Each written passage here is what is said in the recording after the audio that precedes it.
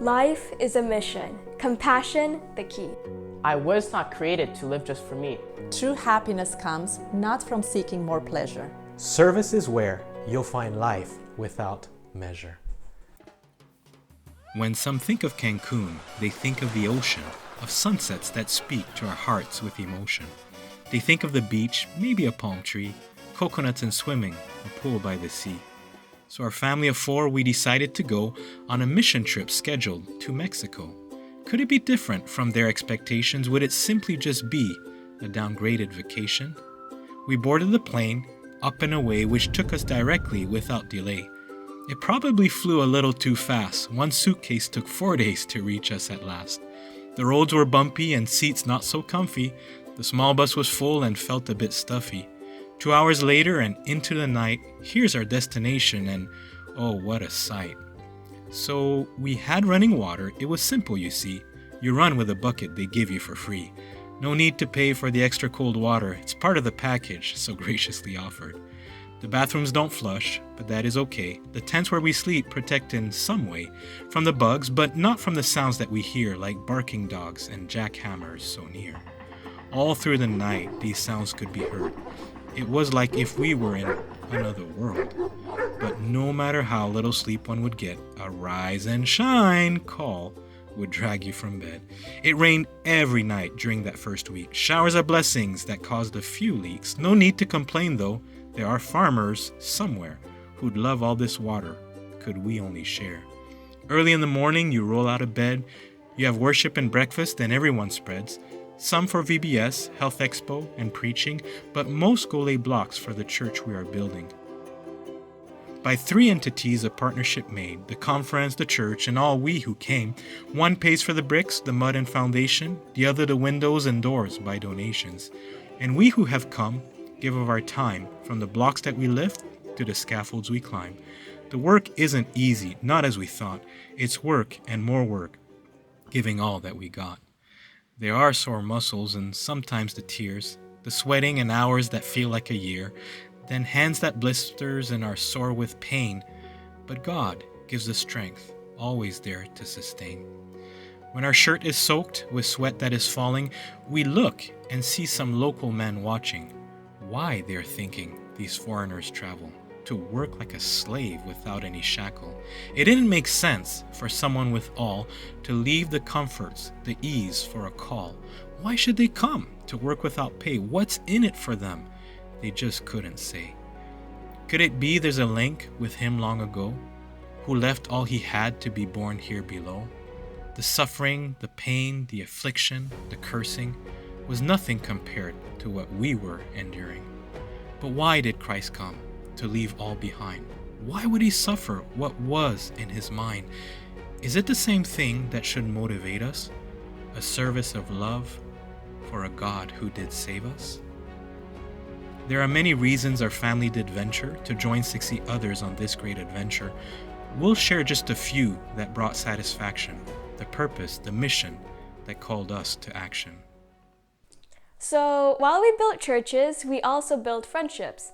It was amazing to connect with other people on this trip who had the same outlook of serving others. We built friendships not just by working together, but by spending time together playing different games. Like, there were kids as young as 5 years old and adults in their 60s, but we all had an amazing spirit that was so positive. It was also nice to learn from each other. One of the highlights for me was going swimming to a place called a cenote. It was a chance for many to overcome their fear of heights. By the end of those 2 weeks, we weren't just friends, we were one big family. Another great part was making friends with the Mexicans that we would meet at the construction sites or when we worshiped at church. It was really nice making connections with some of the youth who attended the church, even though I didn't understand a lot of Spanish and they didn't speak much English. It's amazing how hugs, smiles, and laughter are words that can be spoken and understood in any language. At the beginning and end of each day, we'd all gather for worship. The environment was very peaceful and we all put our hearts into singing praises. After that, someone would share a thought or their personal testimony. I like the fact that every day was someone different from the missionary group. Hearing about their lives and commitment to God was fascinating and encouraging. We also went out on an outreach to the community with many of the church members. Throughout the foliage in the neighborhood, there were shacks that served as homes. We prayed with the people and gave them some literature. They were very grateful, and as a result, we hope that some of them will get to know God better and be ready when Jesus returns. One of our pastors made an appeal for people to give their lives to God. A girl from our team responded and was baptized at our campsite in the cenote. That's certainly a once-in-a-lifetime experience. On this trip, I was blessed to help with Vacation Bible School, which was usually held at the same time as the health expos. Things often change at the last minute in Mexico, so you have to be very flexible.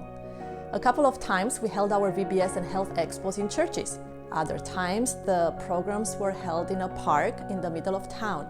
And once we even had our VBS and health expo under a tarp. The kids would come to the VBS while their parents went through the health expo, which taught them about the laws of health, offered counseling and spiritual encouragement, and even free pairs of glasses. At one location, the health team was also able to provide dental services using a mobile truck, which was a godsend for many people. So most of us were assigned to build churches. You learn to put up scaffolding, you mix mortar, you make trusses, you lay blocks that are mostly straight, and you see a building come up, basically. And when we're done, the nice thing is the local congregation, they step in to put in the doors, the windows, the lights. You have people from all walks of life, but when we all work together, it's amazing how much can be accomplished. So in 2 weeks, the team, we built 2 full churches, part of a third church, and we put a roof on another church, right? So the church that the team put the roof on, that church was built 6 years ago. So can you imagine? They actually met in a church for 6 years without a roof. Another church that we built, or congregation that we built a church for, they were meeting under tarp. So over there, when you have a church building, people from the neighborhood, they actually come, unlike here. And when they come, that's when they get the opportunity to learn about Jesus, his soon return. And that's why our church always means growth.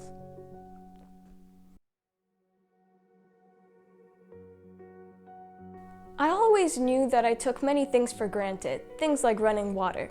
But going to Mexico helped me experience how it felt to be without some things that we might call necessities.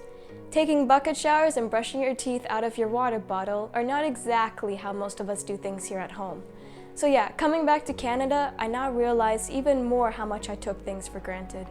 Though I only helped once with the VBS program, it gave me the chance to see how happy the kids are with just simple things. Just a few songs, a story, and a craft brought big smiles on the kids' faces. It didn't take much to make them happy. I guess more stuff doesn't mean more happiness. This taught me to learn to be content with what I got.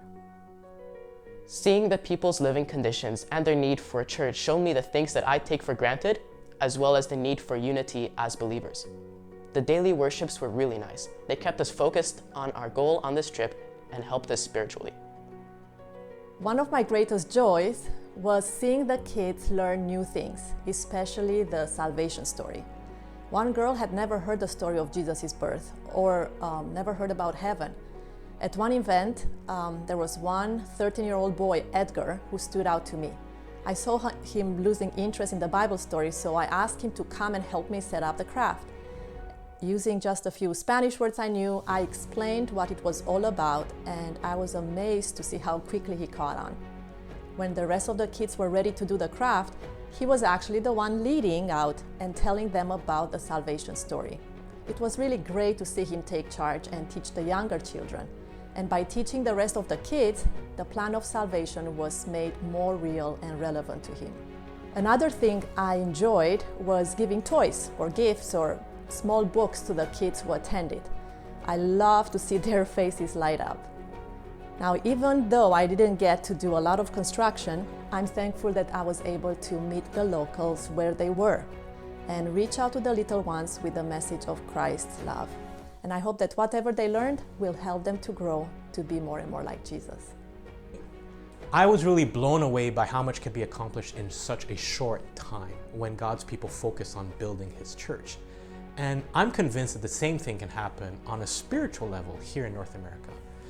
Another takeaway for me came about the prayers that God said no to. I had already decided that I was not going to complain no matter what, even before I took the flight. But many times I prayed to God to stop the dogs barking at night or stop the jackhammer drilling so I could sleep. And I prayed that God would send rain during the hot days so we could get a break and be refreshed. I earnestly prayed, but nothing changed. So I changed my prayer. I prayed for rest and sleep in the middle of commotion, for strength in the midst of fatigue. I prayed for endurance through the sweating hours of the hot days. And you know what? God answers those prayers by giving me grace every day. And He showed me that that's how true character is developed. It's how you become spiritually resilient. You don't grow in the middle of comfort and the absence of trial. I realized that true spiritual growth happens as we go through hardship with the abiding presence of God. So yeah, spiritual resiliency, and it's a lesson I'm still learning. When some think of Cancun, they think of the ocean, of sunsets that speak to our hearts with emotion. They think of the beach, maybe a palm tree, coconuts and swimming, a pool by the sea. When we think of Cancun, we think differently. We think of the smiles, of the sweet melodies. We think of those monuments built for God's glory, of the lives that were changed, of the rest of the story, the part that we'll never hear from down here till we meet those in heaven we have cherished so dear. The pool and the beach will soon disappear, but the impact will stay till Christ shall appear. Life is a mission, compassion the key. I was not created to live just for me. True happiness comes not from seeking more pleasure. Service is where you'll find life without measure.